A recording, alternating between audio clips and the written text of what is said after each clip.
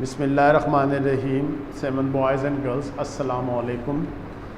आज हमारा चैप्टर चल रहा है नामुमकिन से मुमकिन का सफ़र। आज इसका हम ख़ुलासा करेंगे, तो इसका निशान लगा लें। अगर आप वैसे कर सकते हैं ख़ुद अपने तौर पे तो वो भी कर सकते हैं, निशान लगा लें, आगे आपकी मर्ज़ी है।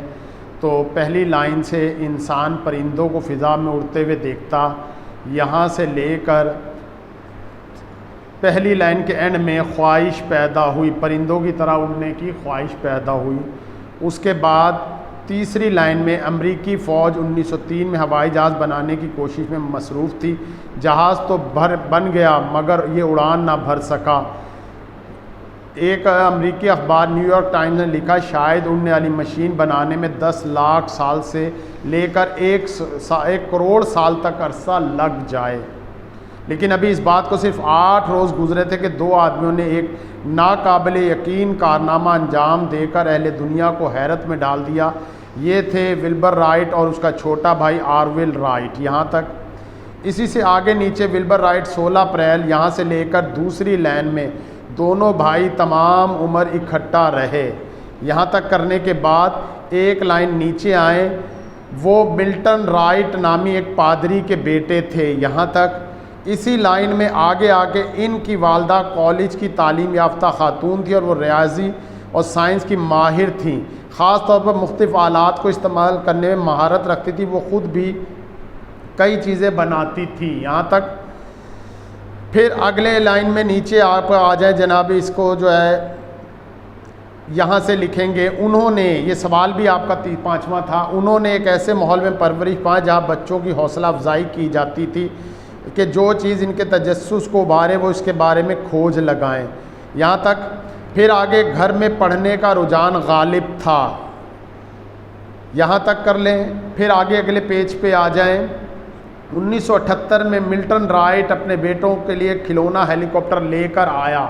यहाँ तक फिर इसके बाद लाइनें छोड़नी आपने, 1 2 3 4 लाइन छोड़ के 5वीं लाइन के देखे, उन्होंने एक ऐसा ही खिलौना बनाने की कोशिश की मगर इसका वज़न इस कदर ज़्यादा हो गया कि इसका उड़ना नामुमकिन ना था। यहाँ तक फिर इससे अगली लाइन में खिलौना हेलीकॉप्टर बनाने का तर्जुबा अगरचे नाकाम हो गया, ताहम इससे उन्हें एक नया ख्याल सूझा।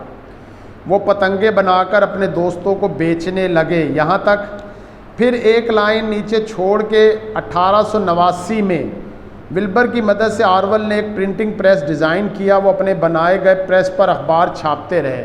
1892 में उन्होंने साइकिल की एक दुकान खोल ली। 4 साल बाद एक जर्मन हवाबाज ग्लाइडर उड़ने की कोशिश में जान से हाथ धो बैठा। इससे भी राइट ब्रादरान के हौसलों को तक़वियत मिली। यहाँ तक फिर इससे नीचे वाली लाइन में 1900 से लेकर 1902 तक दोनों भाई मुसलसल तजुर्बात करते रहे। फिर 1903 में यहाँ से 1 2 तीसरी लाइन में भाइयों ने 3 मज़ीद उड़ानें भरी। यहाँ तक फिर इसके बाद 1 2 3 लाइनें छोड़ के 1908 चौथी लाइन में 1908 में विल्बर फ्रांस गया और इसने 90 मीटर की बुलंदी पर उड़ने का अमली मुजाहरा किया। एक फ्रांसीसी कंपनी विल्बर की उड़ान वाली मशीन बनाने पर आमाद होगी।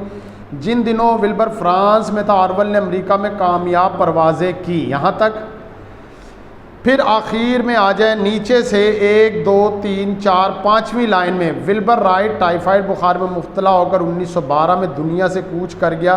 भाई की मौत के बाद ऑरवेल मरते दम तक अपने जहाज़ का डिज़ाइन बेहतर करने में लगा रहा।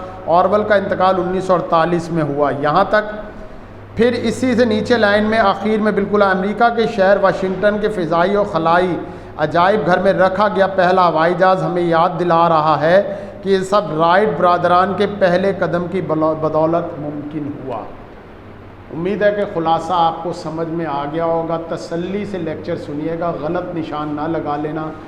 चाहें तो ये आप वैसे की बुक में भी मौजूद है, वहाँ से भी याद कर सकते हैं। इंशाअल्लाह कल फिर मुलाकात होगी। अल्लाह हाफ़िज़।